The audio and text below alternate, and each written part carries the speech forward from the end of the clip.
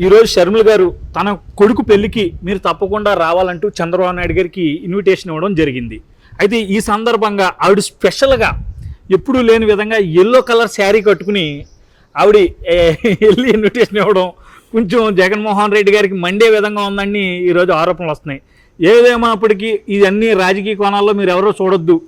నేను గతంలో లోకేష్ గారికి గిఫ్ట్ ఇచ్చిన, కేటీఆర్ గారికి ఇచ్చాను, కేసీఆర్ గారికి ఇచ్చాను. రాజకీయాల్లో మనకి ఎన్నైనా ఉండొచ్చు, కానీ ఫ్రెండ్లీ నేచర్ అనేది ఉండాలి, అది చాలా ఇంపార్టెంట్ అని ఆవిడ ఒక సందేశాన్ని కూడా ఇచ్చారు తదనంతరం. సో ఏదేమైనప్పటికీ మీ అభిప్రాయం ఏంటి? షర్మిల గారు చంద్రబాబు నాయుడు గారి పక్షాన ఇప్పుడు నిలబడుతున్నట్టుగా మనం అనుకోవచ్చా? రాబోయే రోజుల్లో రాజకీయ పరిణామాలు ఏ రకంగా ఉండబోతున్నాయి ఈ షర్మిల రాకతో? తెలుగుదేశంలో రావట్లేదు కానీ కాంగ్రెస్లో చేరుతుంది కదా, దాంతో ఆల్రెడీ కాంగ్రెస్ పార్టీలో చేరిపోయింది షర్మిల. ఏంటంటే ఈ మధ్య బైబిల్ ప్రశాంతంగా ఉంది కదా, రాజకీయాలు పట్టుకొని బైబిల్ బాగా చదివింది. బైబిల్లో ఒక మాట ఉంటుంది, ఏముంటుందంటే నీ వల్లే నీ పొరుగు వారిని కూడా ప్రేమించు అన్న సూక్తి ఇన్ని రోజులకి షర్మిల గారు తెలుసుకున్నారు.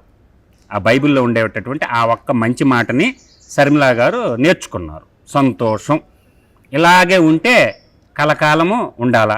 అది హిందువులకి అతి పవిత్రమైనటువంటి సంక్రాంతి పండగ సందర్భంగా, సంక్రాంతి అంటే అర్థమైంది భోగి.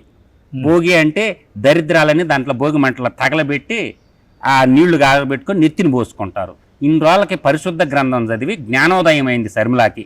ఎవరు మంచోళ్ళ, ఎవరు చెడ్డోళ్ళ, ఎవరు దుర్మార్గుల, ఎవరు క్రూరుల అనే సంగతి ఇంతకాలానికి అదే నిజము నిదానంగా తెలుస్తుంది. అబద్ధం ఏంటంటే ఊరంతా జుట్టిచ్చేలాపు నిజం గడపని కూడా దాటదంటారు. నిజం తెలుసుకున్నది. కాబట్టి అన్నైనా తమ్ముడైనా ఎవరైనా ఒకటే. వాళ్ళకి వైఎస్ వాళ్ళ కుటుంబానికి, వైఎస్ రాజారెడ్డి ఫ్యామిలీకి, వాళ్ళ రక్త చరిత్రకి, వాళ్ళకి వ్యాపారం రాజకీయమే వాళ్ళకి వ్యాపారం. ప్రజలను అడ్డం పెట్టుకొని రాజకీయాన్ని వ్యాపారంగా మలుచుకొని రాజకీయం వాళ్ళ సేవలాగా చూడటంలా వాళ్ళ బతుకు తెరువు, వాళ్ళ రాబడి అంతా కూడా రాజకీయం. రాచరికంలో బతకాల, ఫ్లైట్లో తిరగాల, విమానాల్లో తిరగాల అంటే రాజకీయాన్ని అడ్డం పెట్టుకొని ప్రజలు పన్నుల రూపంలో కట్టిన డబ్బు వివిధ కంపెనీలకి వర్కలు ఇచ్చి వాళ్ళ కాడ కమిషన్లు తీసుకుండేటటువంటి అలాగే వాళ్ళ సామ్రాజ్యాలు నిర్మించుకున్నది. 2004 ముందు వాళ్ళ ఆస్తులు పెద్దగా ఏమి లేవు. చివరికి వాళ్ళ సొంత ఇల్లు సాగర్ సొసైటీలో అమ్ముకునే దుస్థితి నాటి పరిస్థితి.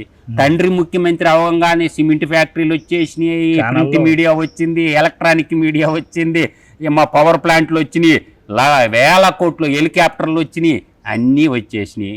కానీ షర్మిల గారు ఏంటంటే తన యొక్క తండ్రిని అడ్డం పెట్టుకొని అన్న సంపాదించినటువంటి ఆస్తిలో వాటా పంచలేదు కాబట్టి వాళ్ళ తల్లిగారి విజయమ్మ గారి దగ్గర ఈ ప్రస్తావన చేసిన, నాన్న సంపాదించిన ఆస్తిలో నేను భాగం ఇస్తాను కానీ నేను సంపాదించుకుని నేను నీకెందుకు ఇస్తాను?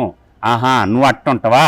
నువ్వు జైల్లో ఉన్నప్పుడు నేను యువజన శ్రామిక రైతు పెట్టిన పాదాల మీద రేసి చంద్రబాబు నాయుడిని తిట్టాల్సిన తిట్లని తిట్టి, లోకేష్ని తిట్టాల్సిన తిట్లని తిట్టి, తెలుగుదేశం పార్టీని ఊరు వాడ తిరిగి ఆగమాగం చేసి తర్వాత అన్న ధరిమేస్తే హైదరాబాద్కు వచ్చి వైఎస్ఆర్టీపీ అనే ఒక పార్టీ పెట్టి, ఆ పార్టీ పెట్టి ఇక్కడ చివరికి తెలంగాణ ప్రజలకు టోపీ పెట్టి ఎక్కడైతే పుట్టారో కాంగ్రెస్ పార్టీలో మిక్స్ అయిపోయి మళ్ళీ ఏమంది రేవంత్ రెడ్డితో చేయగలిపి, అన్నా ఏమనుకోబాకు, నేను కూడా రేవంత్ రెడ్డిని ముఖ్యమంత్రి కాకుండా షర్మిల సక విధాల పరిశ్రమలు, ఈ అన్న కోటరీ ఉంది కదా తెలంగాణలో, కొంతమంది వాళ్ళు ప్రజెంట్ మంత్రులుగా ఉన్నారు, ఎట్టి పరిస్థితుల్లో రేవంత్ రెడ్డి ముఖ్యమంత్రి కాకుండా చేయాల్సిన ప్రయత్నాలన్నీ చేసి ఫెయిల్ అయిపోయి చివరికి మనం తట్టుకోలేమని చెప్పి వాళ్ళ ఫ్యామిలీ ఫ్రెండ్ అయిన డీకే శివకుమార్ని కలుసుకొని సోనియా గాంధీ కాడికి పోయి, అమ్మ తప్పు అయిపోయింది, క్షమించు, మేము నిన్ను తప్పుగా అర్థం చేసుకున్నాను, నేను కాంగ్రెస్ పార్టీలో కలిసి పనిచేస్తానమ్మా,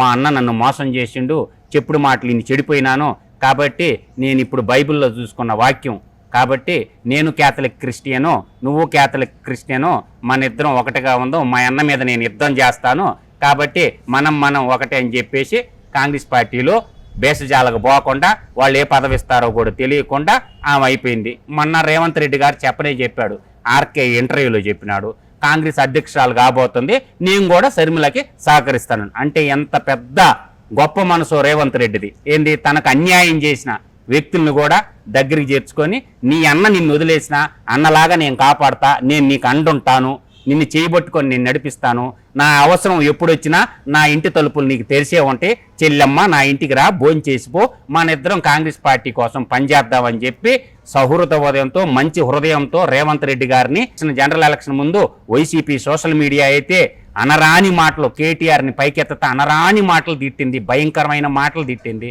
ఇప్పుడు రేవంత్ రెడ్డి ముఖ్యమంత్రి అయిన తర్వాత వైసీపీ సోషల్ మీడియాకో జ్ఞానోదయమయ్యి ఆడారెడ్డే ఏడారెడ్డి అన్నాడు. అప్పుడు తెలంగాణ రెడ్డి సమాజం అసలు నువ్వు రెడ్డే కాదు జగన్మోహన్ రెడ్డి, మా రేవంత్ రెడ్డితో నువ్వు కంపేర్ చేసుకోబాకు, నువ్వంతా దోపిడీ కేసులు, ఈడీ కేసులు ఇవన్నీ పెట్టుకొని ఉన్నావు అని చెప్పిండు. ఈ రోజు ఏంటంటే బిడ్డకు పెళ్లి చేసుకుంటుంది. బిడ్డకు పెళ్లి చేసుకుంటా అన్ని రాజకీయ పార్టీలను పిలిచినట్టే చంద్రబాబు నాయుడిని కూడా వాళ్ళ తండ్రిలాగా ఊహించుకొని ఆయన దగ్గరకు వచ్చి, సార్ నా కొడుకు పెళ్లి చేసుకుంటున్నాను, మా ఆశీర్వదించండి నా కొడుకు కోడలని చెప్పి గౌరవంగా వచ్చి ఇన్విటేషన్ ఇచ్చింది. వాళ్ళిద్దరూ మాట్లాడుకున్న సందర్భంగా రాజశేఖర రెడ్డి గారి ప్రస్తావన కూడా వచ్చిందని కూడా ఆవిడ చెప్పడం జరిగింది. వాళ్ళ పెళ్లిళ్ళకి రాజశేఖర రెడ్డి పిలిచారంట. భువనేశ్వరీదేవి గారు, చంద్రబాబు నాయుడు కూడా అటెండ్ అయిందంట. అప్పుడు జగన్మోహన్ రెడ్డి పెళ్లికి, షర్మిలా పెళ్లికి మా నాన్నగారు పిలిచారు. రాజకీయాలు పక్కన పెడదాం, ఇంట్లో కార్యక్రమం కదా అని పిలిస్తే ఎవరన్నా పిలిచినప్పుడు పోవడం ధర్మం, పిలవకపోతే పోంగాని పిలిస్తే పోకుండా ఎట్టుంటారు. కనీసం ముఖ్యమంత్రి అయితే విష్ కూడా చేయలేదంటగా జగన్మోహన్ రెడ్డి రేవంత్ రెడ్డికి. అది చెప్పాడు కదా రేవంత్ రెడ్డి అను. అతని అహంకారి స్వభావం డిఫరెంట్ గా ఉంది, అతని స్వభావం డిఫరెంట్ గా ఉంది. 5 ఏళ్ల పరిపాలన అర్థమైపోయిందిలే సుబ్బు గారు. ఆంధ్రప్రదేశ్ ప్రజల్లోకి ఆడున్న రెడ్డి సామాజిక వర్గానికి అందరికి కూడా జ్ఞానోదయం అయిపోయింది. ఈడు నాయన, ఈడితో పని కాదు నాయన, ఈడు సామాసమే మంచిది కాదని చెప్పి ఒక్కొక్క రెడ్డి తట్టా పుట్టా చదువుకొని కొంతమంది బెంగళూరుకి, కొంతమంది చెన్నైకి, కొంతమంది తెలంగాణకి వచ్చి సెటిల్ అయిపోతున్నారు. ఈరోజు ఆంధ్రప్రదేశ్లో ఉన్న ఈ పెదరెడ్లు అందరూ, పారిశ్రామికవేత్తలు అందరూ కూడా రేవంత్ రెడ్డిలోకి టచ్లోకి వచ్చారు.